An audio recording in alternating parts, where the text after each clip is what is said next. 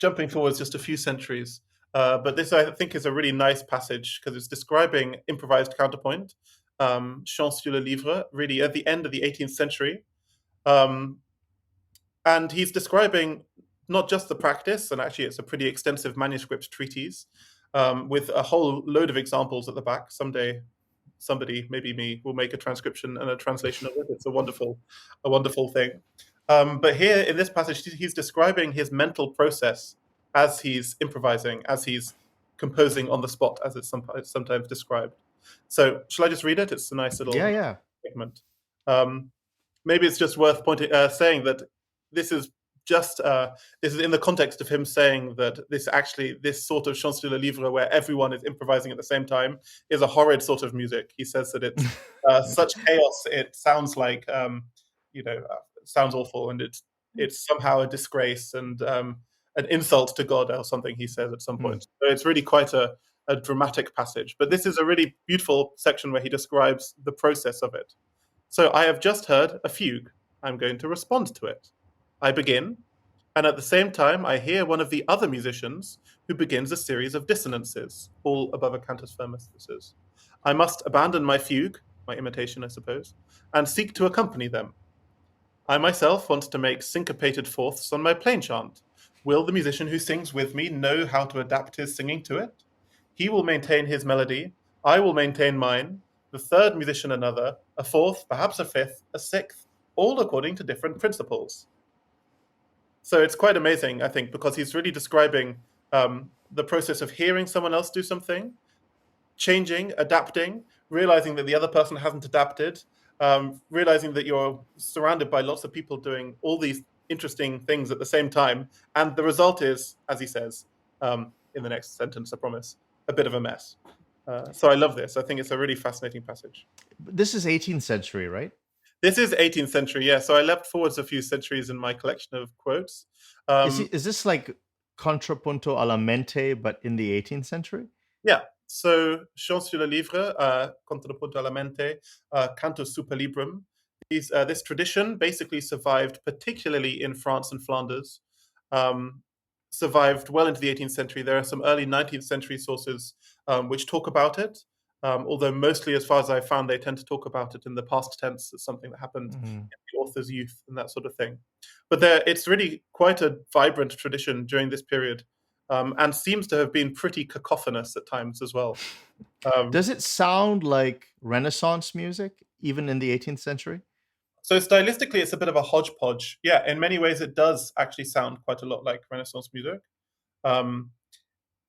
There are some examples, as I mentioned at the end of Pollio's treatise. There are lots of written out examples. There are some printed examples as well. But basically, it sounds a little bit like, maybe I'll get myself into trouble here, not very good prima pratica counterpoint exercises.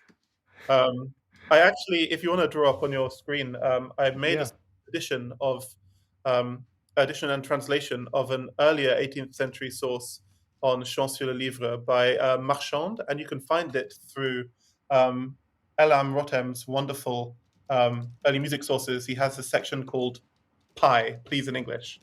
And so I made this translation of this Marchand, and at the end of it is an example of what I mean, which one day I should record so that people can hear just how silly it is. So it's just a translation with a little bit of an introduction and a summary of some of the rules. Actually, much of the way of teaching is also quite historical as well. There we are. So yes, that what you've just scrolled through was my introduction with a few notes and summarizing what's going on, and then this here you see is a side-by-side translation. If you go to the very end, I think the last few pages, there is an example. There we are. This Gaudeamus. So you can see a little bit what's going on here, and it really does look like stylistically pretty weird Renaissance counterpoint. So you have the imitation, this Gaudeamus. You have the imitation in the upper voice going on over a steadily moving lower voice, sung by either singers or played perhaps on a serpent, this wonderful instrument which is so heavily associated with French Baroque music, especially in French Baroque plain chant. And the singer, or as Pollio tells us, and a few other sources tell us, the singers essentially create melodies on top of it. It's pretty Wow. fun. Yeah. So this treatise will teach me how to do that. It will, although when I was, because I published it through Elam and his website, I think Elam said something like, "Thank goodness I didn't learn counterpoint like this," or something like that, and it is pretty horrible. Um, but it's a fascinating document, and it's really fascinating insight into these practices, which really are sort of, they feel, at least to me, with my I don't know, 21st century view of what 18th century music sounded like, it feels like it belongs a couple of hundred years earlier, Mm. which is Mm. really fascinating. Yeah, and so, well, you can flick through the translation if you want. There are a couple of really interesting manuscript sources, manuscript and printed sources from the 18th century, which talk about improvised counterpoint. But it was, by all accounts, pretty widespread, especially in France and Flanders. There are a few references to it in the Sistine Chapel, I think, if I remember correctly, is it Mendelssohn's journey down to Rome? He documents some what seem to be improvised, extemporized polyphonic traditions.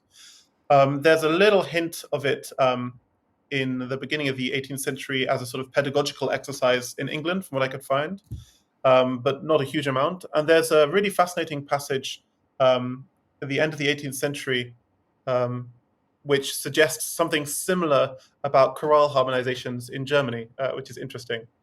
Perhaps you could just pull up that link to the passage by Petri, the end of the 18th century, or 1770, Right here. 1760s. Yeah, fantastic. So this is a really interesting passage. It's not really the same tradition, but of course you can see there are a lot of parallels. It's basically talking about how to teach a congregation who wants to sing in harmony, um, who want to sing in harmony by ear, how to teach them to do so properly. And it involves, in true German tradition, teaching them via the process of figured bass, and writing their mistakes on a blackboard and that sort of thing. It's a pretty great passage. Yeah, there we are. Now, something struck me, but you said, of course, the great Elam wrote him saying he wouldn't he would hate to learn counterpoint this way.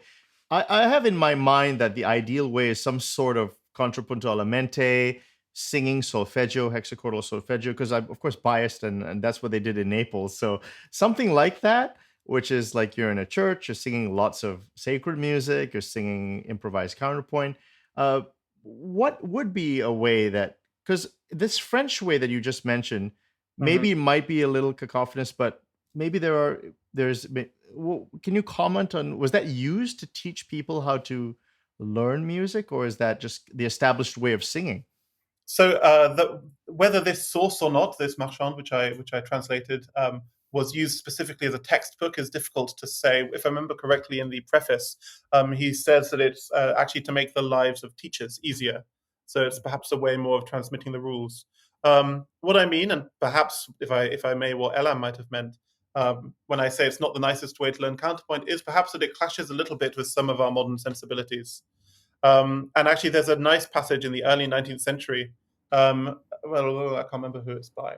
It's a series of reminiscences about church music in France in the 18th century, where the author describes how he was made in learning this to memorize all these, what seems to him at the time, outdated and silly and old-fashioned rules, which is interesting. But I don't know, perhaps the logical extension to this is, what is the ideal way to learn counterpoint? And I think that there isn't a single ideal way to learn counterpoint. But I think that it's important, at least I think, for me, it's important to learn it as part of a tradition, as part of a sort of whole package. So, for example, I find that a lot of counterpoint teaching, of my counterpoint teaching, is talking about melodic idioms, which is great. It's, of course, part of understanding a musical style, but talking about melodic idioms is one thing, but it's a totally different thing if you're talking to somebody who has breathed a musical tradition for their entire life. Mm, yeah. So my ideal way of teaching counterpoint, be it through the methods of the Italian conservatoires, or of Marchand, of this 18th century French source, or if we're talking about the 16th century or the 15th century, Mm. wherever we are, is that it's part of a package deal.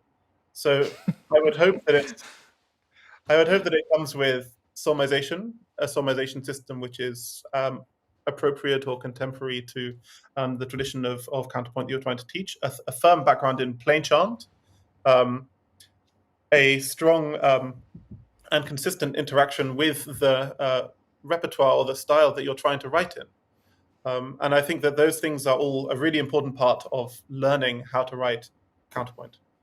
And Mm. when I teach 16th century counterpoint, as of course I do, I try as much as possible to get my students to sing, to get my students to solmize, to expose them to repertoire, to expose them to the notation is of course a big one, to immerse them in the musical culture and tradition that we're trying to work with, as opposed to treating it as somehow an abstract exercise.